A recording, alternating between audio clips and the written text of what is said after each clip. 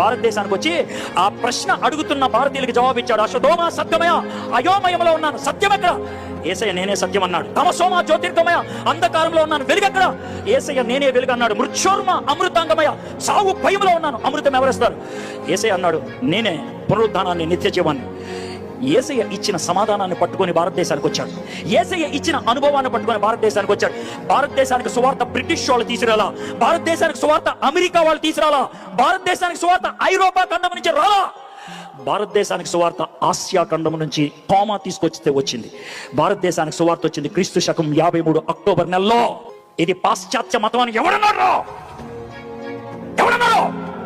This is purely eastern, ఈశాన్యంలో పుట్టింది, ఇది పాశ్చాత్యంలో పుట్టింది కాదు. అమెరికా అప్పుడు లేదా, అమెరికా లేదు, అమెరికా లేదు.